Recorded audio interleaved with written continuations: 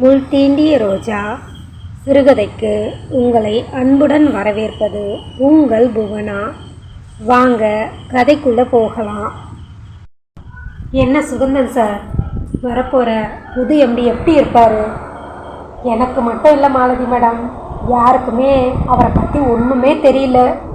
நம்ம பழைய எம்டி ஏன் இப்படி யாருக்கிட்டையும் சொல்லாமல் கம்பெனியை விற்றுட்டு போயிட்டாரு? எல்லாம் ஏற்கனவே சொன்னது தான். பொண்ணு கூட போய் ஃபாரினில் செட்டில் ஆகிட்டாரு. நீங்கள் கூட ரொம்ப கவனமாக வேலை செய்யுங்க நாளைக்கு மேடம். ஏன் சார் இப்படி பயமுறுத்துறீங்க? நான் பயமுறுத்தலை. வரவங்க எப்படி வேணால் இருக்கலாம். அப்போது புது மேனேஜ்மெண்ட்டில் நிறைய பேருக்கு வேலை போகுமா என்ன? அப்படியெல்லாம் சொல்ல முடியாது. எப்போவுமே ஒரு மேனேஜ்மெண்ட்லேருந்து இன்னொரு மேனேஜ்மெண்ட்டில் கை மாறினா யாரையும் வேலையை விட்டு அனுப்ப மாட்டாங்க.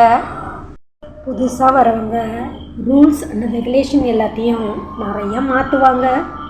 அப்போது பிடிச்சவங்க அதில் இருப்பாங்க, பிடிக்காதவங்க அதிலேருந்து போயிடுவாங்க. அப்படித்தான் நிறைய பேர் வேலையை விட்டு போவாங்க. எனக்கெல்லாம் இந்த வேலை தான் சார். இது இல்லைன்னா என் நிலமை ரொம்ப கஷ்டம். பார்க்கலாம் புது எம்டி எப்படி இருக்காருன்னு. ஆளாளுக்கு ஒவ்வொரு விதமாக பேசிக்கொண்டிருக்க நாட்களும் மெதுவாய் நகர்ந்து கொண்டு இருந்தது. ஞாயிற்றுக்கிழமை காலையிலேயே ரகுபதி வீடு பரபரப்பாக இருக்க, அம்மா யார் தான் வராங்க, இப்போ நீங்கள் சொல்ல போகிறீங்களா இல்லையா? மைதிலி அதிகாரமாக கேட்க, ஏண்டி பறக்கிற? அதுதான் அப்பா கூட்டிகிட்டு வர போயிருக்காருல்ல. அபி ஓரளவு யூகித்திருந்தாள். அக்கா யாரா இருக்கோம்? ஏன் மைத்திரி அவசரப்படுற? வரத்தானே போகிறாங்க, பார்க்கலாம் இரு. எல்லாரும் வாசலையே பார்த்துக்கிட்டு இருக்க காரில் வந்து இறங்கினான் விஷ்ணு. 6 அடி உயரம், அதற்கு தகுந்த உடற்கட்டு, கிட்டத்தட்ட ஒரு சினிமா ஹீரோ மாதிரி இருந்தவன் எல்லோரையும் பார்த்து புன்னகைக்க எல்லோரும் அவனை பார்த்து புன்னகைத்தனர். வா விஷ்ணு. திலகா அவனுக்கு ஆரத்தி எடுக்க, ஏம்மா யாரோ கெஸ்ட்டு வராங்கன்னு சொன்னீங்க, யாரையுமே காணோம். மைத்திலி சொல்ல, ஏய் வாலு, என்னை பார்த்தா உனக்கு கெஸ்ட்டு மாதிரி தெரியலையா? இல்லத்தான், நீ கெஸ்ட்டு இல்லை வேஸ்ட்டு. என்ன சொன்ன? யாரை பார்த்து வேஸ்ட்டுன்னு சொன்ன? உனக்கு காதும் கேட்கலையாத்தான், உன்னை பார்த்து தான் சொன்னேன். உன்னை விஷ்ணு அவளை அடிக்க பாய, ஏம்மா இந்த குரங்கு மூஞ்சி அத்தானுக்கா இவ்வளவு தடபுடல் பண்ணீங்க? யாரடி குரங்கு மூஞ்சின்னு சொல்கிற? நீ தாண்டி குரங்கு மூஞ்சி. உன் மூஞ்ச போய் கண்ணாடியில் பாரு. பார்த்தாலே வாந்தி வருது. எது? ஏன் மூஞ்ச பார்த்தா வாந்தி வருதா? காலேஜில் வந்து பாருங்க, என் பின்னாடி எத்தனை பேர் சொல்லி விட்டுட்டு திரியிறாங்கன்னு. உங்கள் காலேஜில் ஏன் இவ்வளோ கேவலமாக இருக்குது டேஸ்ட்டு? பாரும்மா, ஒருவேளை அவங்க எல்லாருக்கும் கண்ணு தெரியாது தானே? பாரும்மா, இந்த அத்தானை வந்தது வராததுமா என்கிட்ட வம்பு இழுக்குது. யார் அவன் உங்ககிட்ட வம்பு இழுக்கிறானா? நீ அவங்ககிட்ட மரியாதையாக பேசினா அவனும் உங்ககிட்ட மரியாதையாக பேசுவான். நீ அவனை குரங்கு மூஞ்சின்னு சொன்னால் அவனும் உன்னை குரங்கு மூஞ்சின்னு தான் சொல்லுவான். அப்படி சொல்லுங்க அத்தை.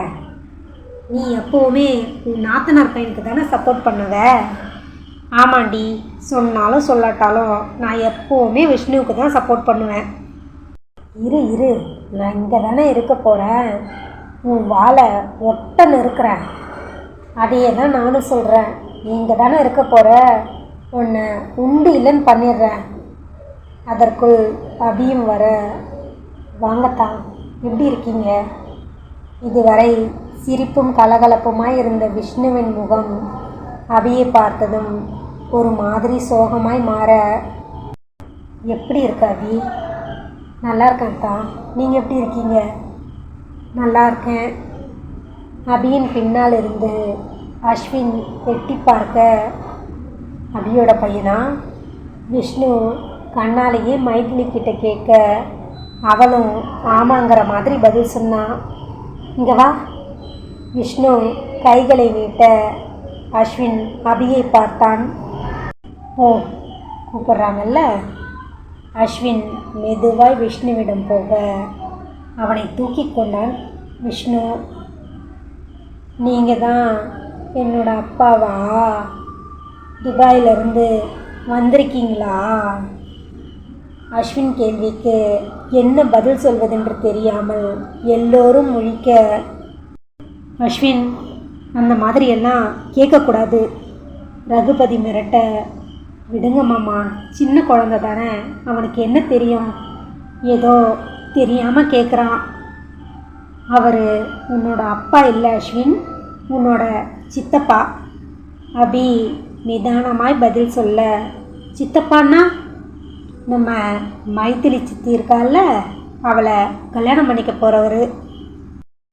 அப்போது நான் இனிமேல் அவரை சித்தப்பான்னு கூப்பிடுவா? தாராளமாக கூப்பிடு, சித்தப்பான்னே கூப்பிடு. சித்தப்பா, நீங்கள் என்னை ஸ்கூலுக்கு கொண்டு போய் விடுவீங்களா? தலைக்கு மேலே தூக்கி போட்டு பிடிப்பீங்களா? எனக்கு டிராயிங் வரைஞ்சி கொடுப்பீங்களா? எனக்கு கதையெல்லாம் சொல்லுவீங்களா? என் ஃப்ரெண்ட்ஸ் எல்லாருக்கும் அவங்க அப்பா இதையெல்லாம் செய்கிறாங்க, எனக்கு மட்டும் யாருமே செய்ய மாட்றாங்க. அஸ்வின் அவ்வாறு சொன்னதும் எல்லோருடைய கண்களும் ஒரு நிமிஷம் கலங்க, நிச்சயமாக நான் செய்கிறேன் தங்கம், உனக்கு என்ன வேணுமோ சித்தப்பா கிட்ட கேளு. நான் என்ன கேட்டாலும் செய்வீங்களா? நிச்சயமாக நீ என்ன கேட்டாலும் நான் கண்டிப்பாக செய்கிறேன். ப்ராமிஸ்? ப்ராமிஸாக செய்கிறேன், சொல்லு. அப்போது எங்கள் அப்பாவை கூட்டிக்கிட்டு வாங்க. இப்படி சொன்னதும் விஷ்ணு உடைந்து போனான். நீங்கள் எனக்கு ப்ராமிஸ் பண்ணியிருக்கீங்க, எங்கள் அப்பாவை கூட்டிக்கிட்டு வாங்க. அவனது இந்த எதிர்பார்ப்புக்கு என்ன பதில் சொல்கிறதுன்னு தெரியாமல் எல்லாருமே ஒரு நிமிஷம் அமைதியாக இருக்க, நிலைமையை சரி செய்ய நினைத்த அபி, ராஜேக்கா இவனை கூட்டிகிட்டு போய் சாப்பாடு கொடுங்க. நீங்கள் கண்டிப்பாக அப்பாவை கூட்டிகிட்டு வந்துடுவீங்க தானே? அஸ்வின் திரும்ப திரும்ப கேட்டுக்கிட்டே ராஜியோடு போனான். நீ வந்து சாப்பிடு விஷ்ணு, வா. திலகா அவனை கூட்டிக்கிட்டு போக கொஞ்ச நேரத்துக்கு அப்புறம் நிலைமை அங்கே சகஜமாக மாற ஆரம்பிச்சுது. பழைய கலகலப்பு அங்கே இல்லைன்னாலும் நார்மலாக பேசி சிரிச்சுக்கிட்டு இருக்க. அப்புறம் தான் ஃபாரினெல்லாம் எப்படி இருக்குது? படிப்பை முடிச்சுட்டு வந்தியா இல்லை உன்னை அடித்து துரத்திட்டாங்களா? ஏய் வாளு, என்னையும் உன்னை மாதிரி நினச்சிக்கிட்டியா? படிப்பை முடிச்சுட்டு தான் வந்திருக்கேன். என்னவோ சொல்கிற, சரி பார்க்கலாம். சரி மைத்திலி, அமைதியாக இரு. அப்புறம் விஷ்ணு, அடுத்தது என்ன பண்ண போகிற? என் கூட சேர்ந்து பிஸ்னஸை பார்த்துக்கிறியா? சரிங்க மாமா. அப்பாவுக்கு ஃபோன் பண்ணியா? இனிமே தான் மாமா பேசணும். அப்பாவும் ராகவியும் எப்படி இருக்காங்கன்னு இனிமே தான் ஃபோன் பண்ணி கேட்கணும். நான் இன்றைக்கி வர விஷயம் அவங்களுக்கு தெரியும், பட் வந்துட்டேன்னு இன்னும் இன்ஃபார்ம் பண்ணலை. விஷ்ணு, நீ என்னோட சொந்த அக்கா மகன் மட்டும் இல்லை, உன்னை நான் என் சொந்த பிள்ளையாக தான் நினைக்கிறேன். எங்கள் அக்கா எங்களை எல்லாம் விட்டு போன பிறகு நீயும் ராகவேன் தான் எங்களுக்கு எல்லாமே. உங்கள் அப்பா அண்ணாமலை எவ்வளவு சொல்லியும் அவர் இங்கே சென்னையில் எங்கள் கூட வந்து இருக்க மாட்டேன்னு சொல்லிட்டாரு. உங்கள் அப்பாவும் ராகவியும் ஊர்லேயே இருக்காங்க. என்ன மாமா பண்ணுறது? அப்பா கிராமத்து லைஃப்லேயே செட்டில் ஆகிட்டாரு. அவரால் சென்னைக்கெல்லாம் வந்து இருக்க முடியாது. ராகவி இப்போ தான் பிஎஸ்சி கம்ப்ளீட் பண்ணியிருக்கா, எம்எஸ்சி படிக்க வைக்கணும். நீயும் ராகவியும் இங்கே தானே தங்க போகிறீங்க?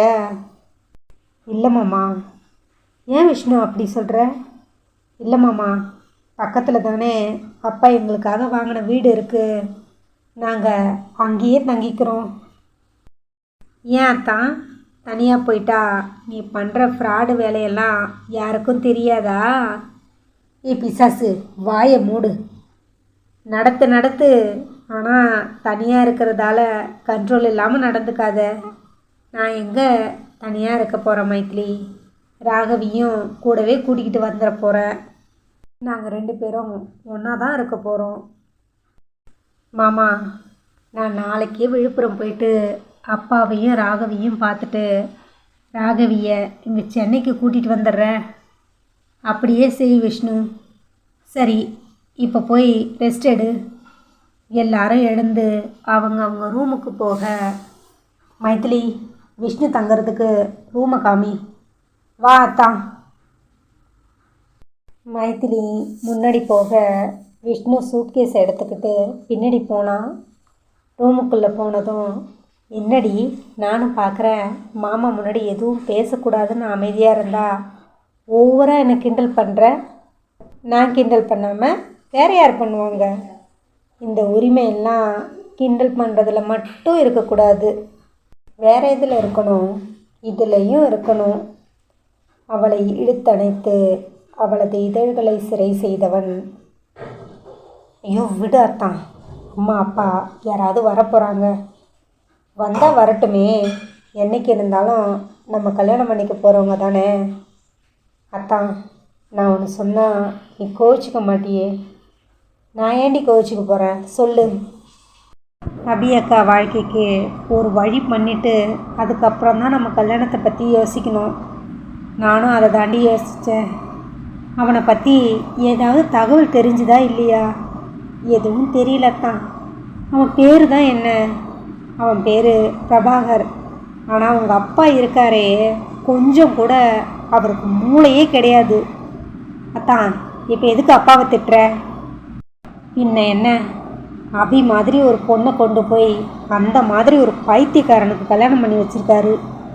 அவர் வேணும்னே எதையுமே செய்யலாத்தான். அவன் அப்பாவை நல்லா பிளான் பண்ணி ஏமாற்றிட்டான். அவரும் ஏமாந்துட்டார். பேசாமல் நான் சொல்கிறத செய்யுங்க. 4 வருஷமாக அவன் எங்கே இருக்கான்னு தெரியல. அவனை டைவர்ஸ் பண்ணிவிட்டு அபிக்கு வேற ஒரு நல்ல பையனாக பார்த்து கல்யாணம் பண்ணி வச்சுருங்க. எங்கே இருக்கான்னே தெரியாதவன் எப்படியாத்தான் டைவர்ஸ் பண்ண முடியும்? அதெல்லாம் பண்ணலாம். நான் நாளைக்கு ஊருக்கு போயிட்டு வந்துடுறேன். வந்த பிறகு உடனடியாக அபியோட டைவர்ஸ் விஷயமா என்ன பண்ணணுமோ அதை பண்ணலாம். சீக்கிரம் டைவர்ஸ் வாங்கி அபிக்கு வேறு கல்யாணம் பண்ணி வச்சிடலாம். அத்தான், நீ உண்மையாக தான் சொல்கிறியா? நான் ஏன் மைத்திலி பொய் சொல்ல போகிறேன்? நீ மட்டும் அக்கா லைஃப்பை செட்டில் பண்ணிட்டேன். சத்தியமாக காலம் முழுக்க நான் நன்றியோடு இருப்பேன். எதுக்கு பெரிய வார்த்தையெல்லாம் சொல்கிறேன்? கண்டிப்பாக நம்ம அபியை பழைய மாதிரி நான் மாற்றுறேன். அதுக்கு நான் கேரண்டி. மைதிலி அவனை ஓடி வந்து அணைத்து கொள்ள